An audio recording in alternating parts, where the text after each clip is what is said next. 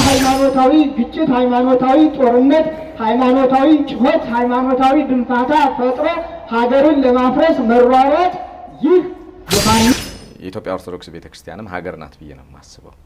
ሀገርን ያቆመች ብዬ ነው የማስበው። በዛ ውስጥ በጣም እኔ የእምነቱ ተከታይ ስለሆንኩ አይደለም። የምግባር ጸጥታ ችግር የለብኝ። ሰው ሰረቀ፣ አመነዘረ፣ ዋሸ፣ የነሳ ይገበል ጭቃ ነው፣ አዋራ ነው፣ ይራገፋል። እኔ ድንግል ማርያም ላይ አፉን የሚከፍት ልጋጋም መታገስ ይከብደኛል። ሰሞኑን መነጋገሪያ ከሆነው ከእፎይ ጉዳይ ጋር በተያያዘ የተወሰነ ነገር ለማለት ነው። ኦርቶዶክስን የምወድባት በተለየ ማለት ኦርቶዶክስ ቤተክርስቲያን ሳስብ የማከብርበት አንድ የተለየ ነገር አይ ምን ይላል? ሰላም ጤና ይስጥልኝ ውድና የተከበራችሁ የዚህ ቻናል ቤተሰቦች ተመልሼ መጥቻለሁ። ተመልሼ ስመጣ ደግሞ ወቅታዊ ከሆነው የሃይማኖት ኢሹና ሌሎችም እጅግ በጣም አነጋጋሪ የሆኑ ቪዲዮዎችን ይዤ መጥቻለሁ። እንግዲህ ብፁዕ አቡነ አብርሃምም እንግዲህ ከሰሞኑኛ ከሚመላለሱ የሃይማኖት ጉዳይ ጋር ተያይዞ የራሳቸውን ሀሳብና ምልከታ አስቀምጠዋል። እሱንም አስመልክታችኋለሁ። በኢቲቪ እንግዲህ የምናውቀው ጋዜጠኛም እንግዲህ ከኦርቶዶክስ እምነት ጋር ተያይዞ እጅግ በጣም አስገራሚ መልእክትን አስተላልፏል። እሱንም እንሰማለን። በመግቢያ ያልነገርኳችሁ እጅግ በጣም ብዙ ቪዲዮ መረጃዎችን ይዤላችሁ መጥቻለሁ ማለት ነው። እስከ ቪዲዮ መጨረሻ ድረስ አብራችሁ እንድትሆኑ እየጠየቅኳችሁ ለዚህ ቻናል አዲስ ከሆናችሁ ሰብስክራይብ እና ላይክ ማድረጋችሁን በፍጹም እንዳትረሱ። ወደ መረጃው። የኢትዮጵያ ኦርቶዶክስ ቤተክርስቲያንም ሀገር ናት ብዬ ነው የማስበው። ሀገርን ያቆመች ብዬ ነው የማስበው። በዛ ውስጥ በጣም እኔ የእምነቱ ተከታይ ስለሆንኩ አይደለም ይሄን የምነግርህ። ማንም ሰው የመጀመሪያ ፍልስፍና የሚቀዳው ከቤተ ክህነት ነው። ኢንፋክት እስከ 1967 መስከረም 2 ቀዳማዊ ኃይለ ሥላሴ እስከሚወድቁበት ድረስ ሃይማኖታዊ ስርዓት የነበራት ሀገር ነች ይቺ ሀገር አይደለ? ቅድመ ዓለም አዳም ሲፈጠር የነበረች ሀገር ከዛ ጀምሮ እስከ 1967 ድረስ ሃይማኖታዊ ስርዓት ስትከተል የነበረች ነች። ይሄ ሳውዲ አረቢያን ብትሄድ ሃይማኖታዊ ስርዓት የሚከተል ነው። መካከለኛው ምስራቅ ብዙ ሀገራት ሃይማኖታዊ ስርዓትን የሚከተሉ ናቸው። አንዳንዶቹ የፖለቲካ ማደናገር ያድርገው ሃይማኖትን እንደ ሽፋን ተጠቅመው ብዙ ሰዎች እንዲያርገውበታል እንዳሰማቸው ራሱን የቻለ ፕላትፎርም ስለሆነ ነው። ዲሞክራሲያዊ ስርዓት የሚከተላል፣ ሃይማኖታዊ ስርዓት የሚከተላል፣ ሶሻል ዲሞክራሲ የሚከተላል ምናምን እና አሁን ከእንደኔ አይነት ሰው ጋር ስለ ድሮ ስርዓት መበላሸት፣ ስለ ድሮ ስርዓት የሆነ ነገር መሆን ወይ ደግሞ ኢትዮጵያን ማቆርቆዝ ከኔ ጋር ማውራት የሚችል ቦና ያለው ወይ ደግሞ ሞራል ያለው ሰው አይኖርም፣ መቆም አይችልም። ምክንያቱም በደንብ አውቃቸዋለሁ እያንዳንዳቸውን ነገር። ፖለቲከኞች ጽፈው እንደሚሰጡ አይደለም። ኢትዮጵያ እንደዚህ አይደለም የተገነባው። በጣም ድንቅ ምስክርነት ነበረ ወንድማችን የሰጠው። እንግዲህ አሁን ደረስንበት ዘመን እንደምታውቁት ውድ ተመልካቾቼ የሆነ ሃይማኖታዊ ጉዳይ ሲነሳ እንግዲህ ያንን ሃይማኖታዊ ጉዳይ ወስዶ ከሆነ ብሔር ጋር ወይም ደግሞ ከሆነ አካባቢ ጋር ወይም ከሆነ ጎሳ ጋር ማጣበቅ የተለመደ ነገር ሆኗልና እጅግ በጣም ድንቅ ምስክርነትን ደግሞ በተጨማሪነት ከሰጡ ወንድማችን አንዱ ፓስተር ቸሪ ነውና እስቲ እሱም ደግሞ የሚለውን ሰምተን እንመለስ። ኦርቶዶክስ ቤት እውነት የለም ብዬ አላምን። እኛ ቤትም እውነት ነው ብቻ ያለው ብዬም አላምን። አሁንም ኢትዮጵያ እንደ ሀገር እንድትቆም ምክንያት ከሆኑ ሀገር ሆና እንድትቆይ ካደረጉ ትልቅ አንጋፋ ዋና ከሚባሉ ቤተ እምነቶች መካከል አሁንም ኦርቶዶክስ ነው። ይሄን ተሳስቼ ያልኩት አይደለም፣ እውነት ስለሆነ ይሄንን ማይወዱና ይሄንን መቀበል የማይፈልጉ ሰዎች እኔ ምንም ልረዳቸው አልችልም። ድብን ያሉ ኦርቶዶክሶች ማለት እውነትን የሚያውቁ እውነትን የሚያስተምሩ ስለ ክርስቶስ ከኛ የተሻለ ሊናገሩ የሚኖሩ ጤናማ ንጹህ ቅዱስ አስተማሪና ሰዎች አሉ። እኔ ምን እላለሁ እንደውም ሰዎችን አትጥበቡ፣ እኛ ቤት ብቻ ነው እውነት አይባልም። እንደውም 5 እና 5 ስንት ነው? 10 4 እና 6 ስንት ነው? 10 3 እና 7 ስንት ነው? 10 2 እና 8 10 1 እና 9 10 የግድ 5 እና 5 ብቻ ነው 10 አይባልም። እንግዲህ አለ የሆነ ቦታ እውነት አለ። እውነት ተከፋ ዛሬ ከቤት ከንብረቱ ወጥቶ በየመጠለያው ወድቆ የሰው ያለሽ ድረሹልኝ በሚልበት ሰዓት በረሃብ አለንጋ እየተገረፈ በርዛት እየተሰቃየ የወገን ያለሽ በሚባልበት ሰዓት እንደገና ሃይማኖታዊ ግጭት፣ ሃይማኖታዊ ጦርነት፣ ሃይማኖታዊ ጩኸት፣ ሃይማኖታዊ ድንፋታ ፈጥሮ ሀገርን ለማፍረስ መሯሯጥ ይህ የማንም ኢትዮጵያዊ ዓላማና ድርሻ ሊሆን ስለማይገባው ወደ ነፍሳችን ተመልሰን ለአንዲት ሀገር ልንቆም ይገባናል ነው መልእክቴ። ከዚህ በተረፈ የኢትዮጵያ ኦርቶዶክስ ተዋሕዶ ቤተክርስቲያን እምነት ተከታዮች በሙሉ እንዳጋጣሚውም ደግሞ በዚህ በባህር ዳር ሀገረ ስብከት ስር ያላችሁ ቤተክርስቲያን አንዲት ብትሆንም በእያንዳንዱ መሪ ያለው ለእያንዳንዱ ሀገረ ስብከት ከዚያም መንበረ ፓትርያርክ አለው ሁላችንም የምንሳተፍበት ቅዱስ ሲኖዶስ አለ። ለምንሰራው ስራ ሁሉ ስሜታውያን ነን። በስሜት አንነሳ።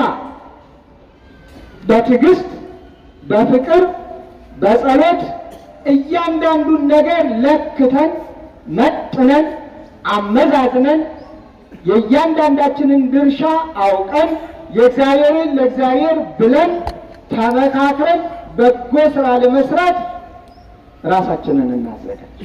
ከዚህ ውጭ ግን እያንዳንዱ ዛሬ መጠን ሰሚያው ብዙ ነው። የጸሐፍቱ ብዛት ሰላም አይሰብኩም እንጂ ፍቅርን የሚሰብክ የለም እንጂ ጥላቻን የሚሰብከው ብዛት፣ ያላየውን አየው ብሎ የሚሰብከው ብዛት፣ የሚታየው ነገር በጣም ብዙ ነው።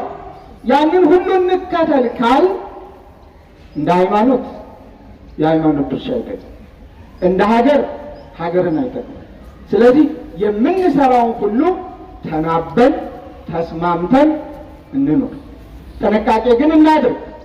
ተመሳሳዩ ብዙ ስለሆነ ወደ ነገሮች የሚገፋፉ፣ ወደ ጩኸት የሚገፋፉ፣ ወደ ጥላቻ የሚገፋፉ፣ ወደ መደባደቡ፣ ወደ ደም ማፋሰሱ የሚገፋፉ ብዙዎች ስላሉ እንደዚህ አይነቱን ጆሮ ዳባ ልበስ በሉት።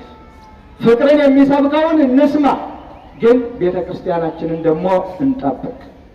የሁሉም የደካማ ሁሉ ምንድነው መሞከር ያለ የወደቀ ግንድ አይታችሁ ታውቃላችሁ? ግንድ አንድ ቦታ ላይ ከወደቀው ጫካ አካባቢ መንደርማ አካባቢ ከሆነ የድሮ መጥረቢያ ይዞ ነው የሚሄደው እያንዳንዱ ባላገር። ስለዚህ ባለፈ ባገደመ ቁጥር ያንን ግንድ ሳይመታው ያለ ክንዱን ይሞክርበታል። አሁን እያየ ነው ያለ ያም ተነስቶ ቤተክርስቲያኗ፣ ያም ተነስቶ ቤተክርስቲያኗ፣ ያም ተነስቶ ካህናቷ፣ ያም ተነስቶ ልጆቿን። ኢትዮጵያዊ ሰው ያን ያህል ይደባደባል? ሞቶስ ያን ያህል ይወቀራል? እንደው አንጀቱስ ይፈቅዳል? ህሊናውስ ይፈቅዳል? ሰው ሆኖ በመፈጠሩ ብቻ ክቡር ሰው ከሞተ በኋላ አስከሬን የሚደበደብበት ሀገር ህግ ባለበት፣ ከሞተ በኋላ እሳት የሚቃጠልበት ሀገር ህግ ባለበት፣ ከሞተ በኋላ ብዙ ፈተና የሚደርስበት ሀገር እምን ዘመን ላይ እንደደረስ ነው እኮ። ለዚህ አስተዋጽኦ የምናደርገው ተመሳሳይ ስራ በመስራት አይደለም። በጸሎት በትዕግስት በፍቅር በሰላም ወደ እግዚአብሔር በመጮህ ያለምንም መሳሪያ ዓለምን ድል አድርጎ ድል እንድናደርግ ዓለምን አሸንፎ እንድናሸንፍ ያስተማረንን አምላካችን መድኃኒታችን ኢየሱስ ክርስቶስን ስንከተለው ብቻ ነው። የትኛውንም መሳሪያ አልያዘም፣ ግን በትዕግስቱ በፍቅሩ በሰላም ሁሉንም አሸንፎ እንድናሸንፍ አስተምሮናል። ስለዚህ አዲስ ነገር አለመኖሩን አውቀን በዓለም ሳላችሁ መከራ አለባችሁ፣ ነገር ግን አይዟችሁ አትፍሩ፣ እኔ ዓለምን አሸንፌአለሁ። እኛም እናሸንፈዋል። እና ቅዱስ ጊዮርጊስ አሸንፈዋል አላሸነፉ? ስንት ነገስታት ነው ቅዱስ ጊዮርጊስ ያሸነፈው? 70 ነገስታት። ምንድን ነበር በእጁ ያለ? ጦር፣ ሰይፍ። ምንድን ነበር በጊዮርጊስ እጅ ያለ? ነፍጥ። ምንድን ነበር በጊዮርጊስ እጅ ያለ? ወንጭፍ፣ ድንጋይ፣ ጎራዴ። ምንም ነገር አልነበረ። መስቀሉ ብቻ ነው በእጁ ያለ። እምነት ነው ያለ፣ ትዕግስት ነው ያለው፣ ፍቅር ነው ያለው። በጸሎቱ እሳት አውርዶ በእሳት አቃጥሏቸዋል። በጸሎቱ እሳት ጥሩ አይደለም፣ እሳት አንድዶ አይደለም፣ በታምራት ነው ከእግዚአብሔር በሆነ እንግዲህ ከሰሞንኛ የቲክቶክ ፕላትፎርም ላይ ከሚሰሙ እጅግ በጣም ሰቅጠጥ ከሚሉ ሀሳቦች ጋር ተያይዞ ነው አባታችን እንግዲህ ሀሳቡን ያስተላለፉት ማለት ነው። ይህ ነገር ለትንሽ አዝማሚያው ወደማይሆን ነገር እንዳይመራ ያስፈራልና በጣም እጅግ በጣም ጥንቃቄ ያስፈልጋል። ሃይማኖታዊ ውይይቶችም ከሆኑ በጣም ሪስፔክት በመደራረግ እንደውም ደግሞ ሃይማኖታዊ ጉዳይ ሲሆን ደግሞ የበለጠ መከባበር የሚባለው ነገር ሀምብል የመሆኑ ነገር ደግሞ እጅግ በጣም ያስፈልጋል እና ይሄ ነገር ከህግ አንጻርስ እንዴት ይታያል የሚለውን ደግሞ አስመልክቻችሁ ሰሞኑን መነጋገሪያ ከሆነው ከእፎይ ጉዳይ ጋር በተያያዘ የተወሰነ ነገር ለማለት ነው የመጣሁት። እንግዲህ ይሄ ከሐሰተኛ ንግግር፣ ከጥላቻ ንግግር፣ የሌላን ሃይማኖት፣ ባህል እና እምነት ካለማክበር ጋር በተያያዘ በጣም በርካታ ቪዲዮ ነው የሰራሁት። ወደኋላ ሄዳችሁ ልትመለከቱት ትችላላችሁ። እንግዲህ በእፎይ ጉዳይ እፎይ ምንም ይበል ምንም የሃይማኖት ተከታዮች ነቢዩ መሐመድን በተመለከተ የተባለው ነገር ተገቢ አለመሆኑ በማንሳት በጣም አስቆጥቷቸዋል፣ ተቆጥተዋል።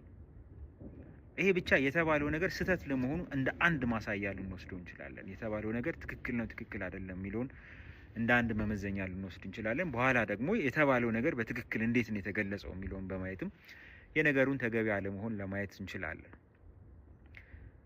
እንግዲህ ይሄ ወንጀል ነው ወይ ከህግ አኳያ እንዴት ይታያል? ደጋግሜ ስላወራሁት እሱን ባጭሩ ብቻ ብዬ ልለፍ። የሌሎችን ሰዎች ሃይማኖት ማንቋሸሽ፣ የሌሎችን ሰዎች የተከበሩ ሰዎች አይደሉም። ይሄ ነዋያተ ቅድሳት የሚባሉት ቅዱሳን እቃዎች የሚባሉት እነሱ እንደ የተከበሩ ነገሮች፣ እንደ ቅዱሳን ነገሮች የሚቆጥሯቸውን ነገሮች በሙሉ ማንቋሸሽ እና መስደብ ወንጀል ነው።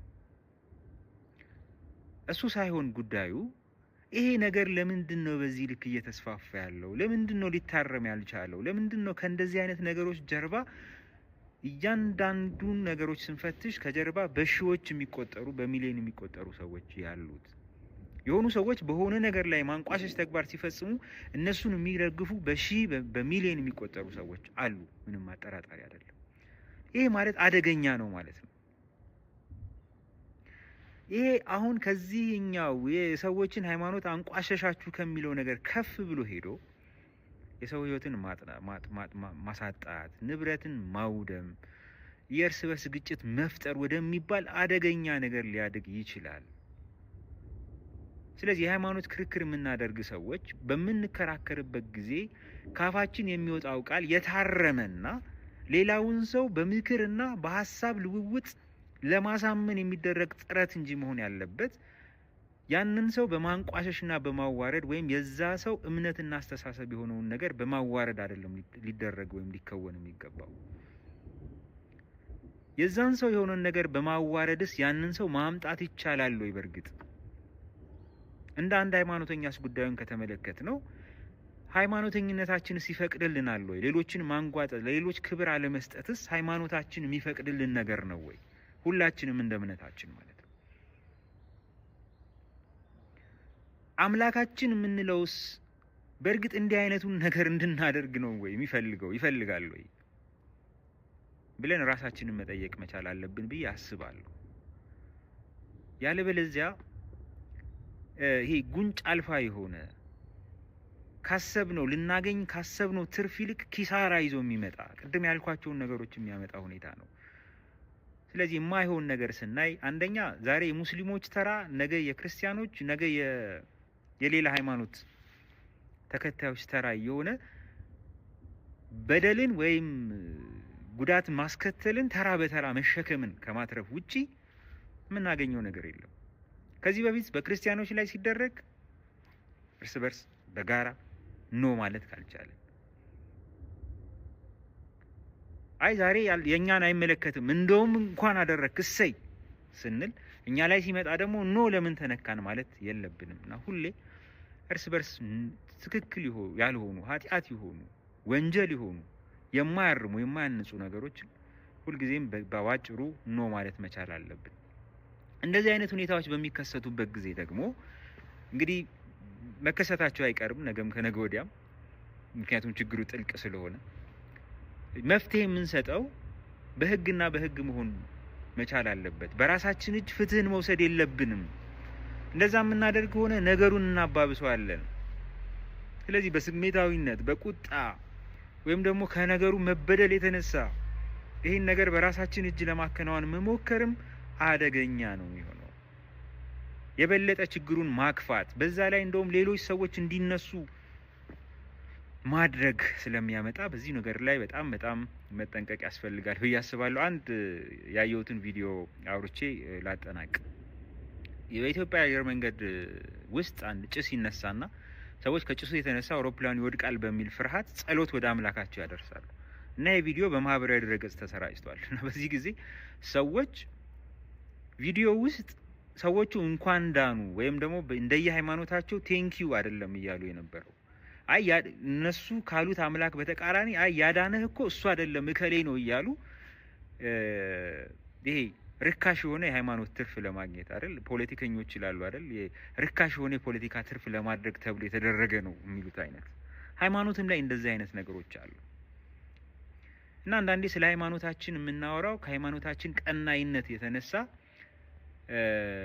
ነው ብሎ ለማለት ከሚያስችለው ወተን ይሄ መታበይ የኔ ይበልጣል የኔ ነው ትክክል ብሎ እንትን ከማድረግ የመጡ ነገሮች ይታያሉ እዚህም እዛም። ስለዚህ እነዚህ ነገሮች በጋራ በሚያንጽ መልኩ አደጋ በማያስከትል መልኩ ነው ልናርማቸው የሚገባው።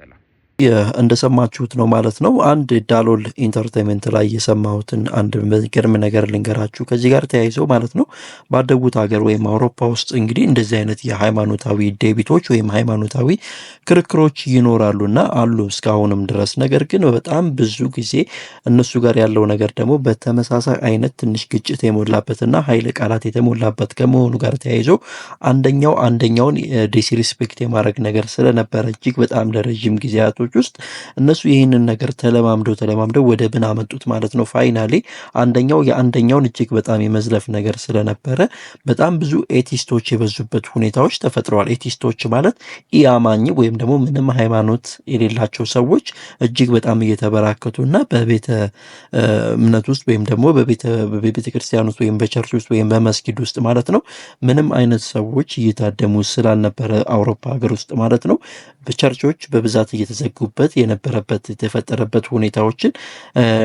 እንዳሳየ በጣም በሚገርም ማስረጃ ነበረ የገለጸልንና አንዳንድ ጊዜ እንደዚህ ከመስመር ያለፉ መነጋገሮችና መዘላለፎች ለየትኛውም ተቋም አይጠቅምምና እስቲ ወደሚቀጥለው ቪዲዮ አሳያችኋለሁ። ኦርቶዶክስን የምወድባት በተለየ ማለት ኦርቶዶክስ ቤተክርስቲያን ሳስብ የማከብርበት አንድ የተለየ ነገር አይ ምን ይላል አሁን እኛ ጋር ሲጠራ ወንጌል አማገስታ ኢየሱስ ክርስቶስ ጌታችን ምናምን ኦርቶዶክስ ቤተክርስቲያን ግን ስትጠራው በጣም ነው የሚገርመኝ። ጌታችንና መድኃኒታችን ኢየሱስ ክርስቶስ እያለች ነው የምትጠራው። እነ ጳውሎስ እንኳን ስለ ሐዋርያው ቅዱስ ጳውሎስ እያለች ነው የምትጠራው። እንዴት እንደምደሰት አፌ ላይ ቢለምድልኝ እንዴት በተደሰትኩኝ። ይሄ ኦርቶዶክስ ቤተክርስቲያን ለሐዋርያቱ የምትሰጠው ክብር፣ ለጌታችን ለመድኃኒታችን ለኢየሱስ ክርስቶስ የምትሰጠው ክብር ምናምን፣ ስርዓቷ፣ አለባበሷ፣ ቅዳሴዋ ምናምን ኢየሱስ ተኮር ሲሆን እንዴት ነፍስ አይቀርብም። አንዳንዴ በመኪና እያለፍኩኝ ራሱ የኢትዮጵያ ኦርቶዶክስ ቤተክርስቲያን እኮ ለመተከዝ በቃ ራስን ለማዳመጥ ራሱ ደስ ይላል። የሆነ ደስ አይልም? ቦታው ጸጥ ያለ ነው። ሄደ እዛ መዝሙር እየሰማ ቁጭ ብለህ ራስን ሜዲቴት ታደርጋለህ። በቃ ራስን ታገኛለህ። እንዴት ደስ እንደሚል እንዴት እንደሚያስደስት የዛፎቹ የሚለው ሁሉ እጣኑ ምን ሆኔ በጣም ነው የምደሰተው። ደስ ይላል። አለባበሳቸው፣ ሴቶቹ አለባበሳቸው በስነ ስርዓት፣ ወንዶቹ አለባበሳቸው ስርዓታቸው። ኢትዮጵያ ኦርቶዶክስ ቤተክርስቲያን በዚህ የምትገርም የምትደንቅ ነች። እንዲች እንደ ፔኒን ከናታወጣላትም ስርዓቷ በጣም በጣም በጣም በጣም ነው የሚስማማኝ። የአስተምህሮ ልዩነት ቢኖርም ከስርዓት ጋር በተያያዘ ግን የኢትዮጵያ ኦርቶዶክስ ቤተክርስቲያን ወደር አይገኝላትም። በካቶሊክ ብትሄድ፣ በፕሮቴስታንት ብትሄድ፣ በጆቫ ዊትነስ ብትሄድ፣ በምናምን ብትሄድ አታገኝም። ይህን ስርዓት አታገኝም። ይህን ስርዓት አታገኝም።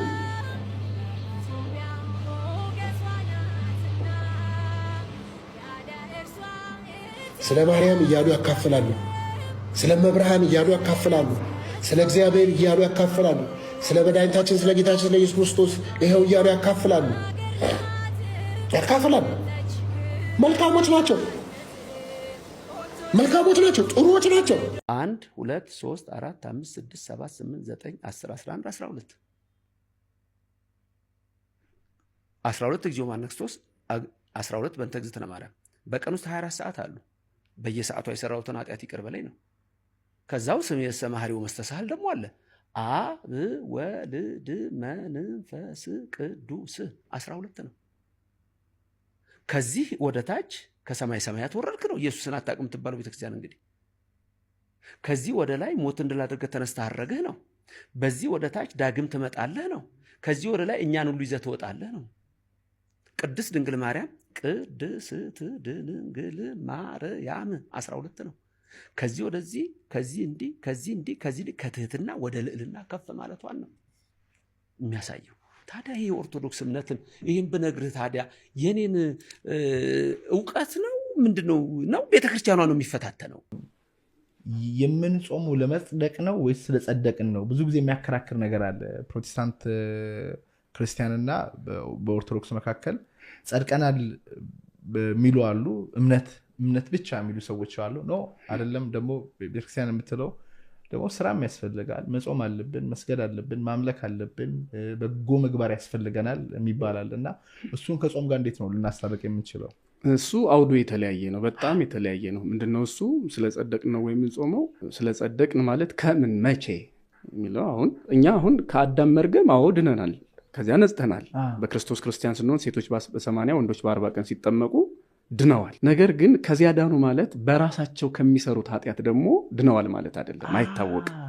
አዳም ከሰራው ኃጢአት ብንድንም በራሳችን ከሚመጣብን ኃጢአት ግን መዳናችን እርግጠኛ እንሆንም። ስለዚህ ድነት ፕሮሰስ ነው ይባላል። በሂደት የምታውቀው ነው። ሄደው እንደ ይሁዳ ፍጻሜያቸው ያላማረ ሰዎች አሉ። ይሁዳም እኮ ሐዋርያ ሆኗል አይደለም? እና አርዮስ ሌሎችም ቤተክርስቲያን ውስጥ የነበሩ ሰዎች በሙሉ ከአዳም መርገም ድነው የእግዚአብሔር ልጆች ሆነው ነበረ። ግን እሳ መጨረሻቸው አላማረ። አሁን በአዳም መርገም ሳይሆን በራሳቸው መርገም ተያዙ፣ በራሳቸው ኃጢአት ተያዙ ማለት ነው፣ በራሳቸው። ስለዚህ በራሳችን የምንሰራውን ኃጢአት ስለማናውቀው ጸድቀናል ለማለት ይቸግረናል። ድነናል ከምን? ከአዳም መርገም። አሁን እኛ በራሳችን ደግሞ የምንሰራው ኃጢአት ስላለ አናውቀውም። እግዚአብሔር ይጠብቀናል ብለን ግን እናምናለን። በንስሐ እንኖራለን፣ በትምህርት እንኖራለን፣ ራሳችንን ለመጠበቅ ጥረት እናደርጋለን። ከዚያ ውጭ ግን ድኛለሁ፣ ስለ ዳንኩ ጾማለሁ እንዴ አንዳንድ ጊዜ ስለ ጸደቅነ ነው የምንመጸውተው ምጽዋትም እንጂ ምጽዋት አያጸድቅም ሲሉ ሰምቻለሁ። እኔ አሁን የምጠይቀው ጥያቄ ለዚህ ባጭሩ ጸድቀናል የሚል ሰው ገነት መግባቱ እርግጠኛ ሆኗል ይሄ ሰው? እንዲህ የሚሉ ሰዎች እንደዛ ከሆነ ለምሳሌ ኢየሱስ አማላጄ የሚሉት ብዙ ጊዜ አማላጄ የጸደቀ ሰው እኮ አማላጄ ያስፈልገው ምን አለ ቢተውት? ከጸደቀ ምን ያደርግለታል? አማላጅ ከአብ ዘንድ ጠበቃው ምን ይሰራለታል? እርግጠኛ ሆኖ የገባ ሰው እኮ አማላጅ ምንም አይፈይድለት። ለምን? ጸድቋል። ምንም የሚይዘው ኃጢአት የለም። የትኛውም ኃጢአት እኔን ከእግዚአብሔር አይለየኝም ብሎ እርግጠኛ የሆነ ሰው አማላጅ ምን ያደርግለታል? እምነቱ ብቻ ነው ይበቃ። እውነት ነው ስለኛ የሚመልደው የሚል ቃል አለ፣ ግን አውዱ እንደዚህ አይደለም። ለማንኛውም አሁን ይሄ ርዕሳችን ስለማይሆን እንደው በመጠኑ ለማንሳት ያህል የጸደቀ ሰው አማላጅ አያስፈልገው። ለምሳሌ እኛ ሞተን ተነስተን ወይ ደግሞ ባንነሳም ትንሣኤ ሙታን ባይፈጸም ገነት ከገባን ሞተን አማላጅ አያስፈልግም። ገነት ለመግባት ነበር እኮ አማላጅ የሚያስፈልገው። መንግስተ ሰማያት ለመግባት እኮ ነው አማላጅ የሚያስፈልገው። ገነት የገባ ሰው ወዴት ምን እንዳይሆን ነው አማላጅ የሚያስፈልገው? ገነት የገባ ሰው ጠበቃ ምን ያደርግለታል? አማላጅ ምን ያደርግለታል? ገነት ለመግባት መንግስተ ሰማያት ለመግባት ነው መጀመሪያም ጠበቃ አማላጅ የሚያስፈልገው። እና እኛ ከአብ ዘንድ ጠበቃ አለን ስንል ወደ ሲኦል እንዳንሄድ፣ ወደ ገሃነመ እሳት እንዳንሄድ ሕይወት ፍጻሜያችንን ሁሉ በጽድቅና በንጽህና የሚጠብቀን ስለሆነ ነው። በራሱ ደም፣ በራሱ ስጋ፣ በራሱ ቃል አምላካችን ክርስቶስን ጠበቃ የምንለው። ስለጸደቅኩ ነው የምንጾመው፣ እሱ ስህተት ያለበት ነው። ስለምንጸድቅ ነው የምንጾመው። እውነት ነው ከአዳም መርገም ድነናል፣ ግን ሙሉ ጽድቅ ላይ ነን ማለት አይቻልም። ቃለ ሕይወትን ያሰማልን መምህራችን እጅግ በጣም ድንቅ ትምህርት፣ ድንቅ አስተምህሮ ነበረ ማለት ነው። እንግዲህ በኦርቶዶክስ እምነት ተዋሕዶ አስተምህሮ መሰረት በድህነታችን ዙሪያ ወይም በመዳናችን ዙሪያ እኛ የከፈልነው ምንም አይነት መስዋዕት ወይም እኛ የከፈልነው ምንም ያዋጣነው ነገር የለም ከክርስቶስ በቀር ማለት ነው። አዎ ሞቶ አድኖናል፣ እንግዲህ ምንም ጥያቄ የለውም። ነገር ግን ደግሞ ከጽድቅ ጋር ተያይዞ እንግዲህ ሰው ሁሌ ስለሚበድል ከዛም በኋላ ክርስቶስ ለእኛ ዋጋ ከከፈለን በኋላ አሁንም ድረስ ኃጢአትን እየሰራን አሁንም ቢሆን ክርስቶስን የሚያሳዝን ነገር በሕይወታችን እየሰራን እስከሆነ ድረስ ያ ደግሞ በኃጢአት ወይም በንስሐ እየታጠበ እስካልሆነ ድረስ ማለት ነው አሁንም ድረስ ተጠያቂነቱ ይኖራል። ምክንያቱም እሱ በስተመጨረሻም በቃሉ እንደነገረን ለእያንዳንዱ እንግዲህ እንደ ዋጋው እንደ ስራው ሊከፍለን ስለሚመለስ ማለት ነው። ታዲያ ያ ዋጋና ያ ስራ አሁን የምናደርገው ነገር መሆኑ መታወቅና ማስተዋል አለብን ማለት ነው። ስለዚህ የጽድቅ ስራ ሁሌም ቢሆን ፕሮሰስ ነው። ምክንያቱም እኛ ሰዎች ሁሌ እንበድላለን፣ ሁሌ ፈጣሪን ስለምናሳዝንና በኃጢአት ስለምንመላለስ ያንን ነገር እያስተካከልን ያንን በንስሐ እያጠብን ካልሄድን በስተቀርና ድህንነታችንን በዛ መልኩ የምንጠባበቅ ካልሆነ በስተቀር አንዴ ክርስቶስ ሞቶልኛል በሚል እጅግ በጣም በማይገባ አመለካከት ውስጥ ከሆነ እንግዲህ እንደምታውቁት ማለት ነው እንግዲህ የኃጢአት እንግዲህ ደሞዙ ሞት ነውና ሞት ነው የሚጠብቀን። ምክንያቱም ሁሌም ስራችንን እየሰራን ሁሌም ክርስቶስን የሚያስደስት ነገር እያደረገን በቃሉ እየተመላለሰን ካልሄድን በስተቀር የጽድቅን ስራ እያከናወንን ካልሄድን በስተቀር ይሄ አስተምህሮ ወይም ደግሞ አንዴ ሞቶልናል አንዴ ተከፍሎልናል የሚለው አመለካከት ወደ ገደል ይዞ ነው የሚገባውና ሁላችንም ማስተዋል ይስጠን። እንግዲህ እንደ ኦርቶዶክስ ያለው አስተምህሮ ይህንን ይመስላል። ቀጣይ ደግሞ እጅግ በጣም ድንቅ ምስክርነትን አሰምቻችሁ እመለሳለሁ። እውነትም እጅን በአፍ የሚያስጭን ተአምር በጣም ይገርማል። እስኪ ዛሬ በዕለተ ሰንበት በጣም ደስ የሚል ቪዲዮ ልጋብዛችሁ። ታዲያ እናታችን ቅድስተ ቅዱሳን ቅድስት ድንግል ማርያምን የሚወዱ ሰዎች በሙሉ ደስ ይላቸው ሐሴት ያደርጉ ዘንድ ላኩላቸው። እስኪ በዘመናችን የሆነ ታሪክ ነው የምነግራችሁ። ይህቺ ልጅ ከእኛው ጋር አብራ ዩኒቨርሲቲ የተማረች እህታችን ነች። እንደኛው ግን ጥቂት የሰንበት ትምህርት ቤትን ፍሬ ቀምሳለች። በጣም በትልቅ ውጤት ነው የተመረቀችው። ስራ እንደምታገኝ እርግጠኛ ስለነበረች እናት አባቷን ከገጠር ይዛ መጣች። እዚህ እነሱን ጥዬ መምጣት አልችልም አዲስ አበባ ኖራለሁ ብላ ከገጠር ይዛ መጣለች። ስራ ቢፈለግ የለም። 1 ዓመት ከ8 ወር ስራ ሲፈለግ አላገኘችም። ኋላ እፈልግሃለሁ ብላን እኔና አንድ ጓደኛዬን ስናወራ እንግዲህ 1 ዓመት ከ8 ወር ገመናዬን ደብቄ እናት አባቴን በቀንም 1 ቀን እየመገብኩ አኑሬያለሁ። የቤት ኪራይ መከራ ነው፣ ብዙ ነገር ጭንቅ ነው። እባካችሁ ጥቂት ገንዘብ አበድሩኝና ወደ አረብ ሀገር ተሰደዳለሁ አለች። ታይ ብንላት እምቢ አለች። ጥቂት ገንዘብ አዋጣንላት። ለሽልማት የተሰጣትን የአንገት ሐብል የእጇን ሁሉ ሸጣ ጉዞ ወደ አረብ ሀገር ትሄዳለች። 3 ወር እንኳን መስራት አልቻለችም። እግሮቿ ማበጥ ጀመሩ። ማበጥ ሲባል ዝም ብሎ ማበጥ አይደለም። በኢሞ ፎቶ ልካ ስናየው አንድ እግሯ በራሱ 3 ሰው ያነሳው መብጠቱ። ሆስፒታል ስትመላለስ ቆይታለች። ዶክተሩ የመጨረሻ ያለውን ሪዛልት ሲሰጥ ሰውነትሽን ካንሰር የሚባል በሽታ ተቆጣጥሮታል አለ። ከቻልሽ የእኛን እስልምና ተቀበይሽ አዳያዥ ከኛ ጋር፣ ካልሆነ ግን ወደ ሀገርሽ ሂጂ።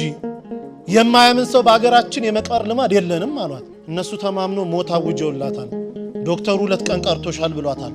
እዚህ ደውላ እናትየው ጋር ስትነጋገር እናቴ ሆይ እኔ ባለሁበት ቦታ አክሱምም እያለሁ እዛም ገጠር እያለን ሲጨንቀኝ ስታመም ጸበል ቦታ ነበር መሄድ።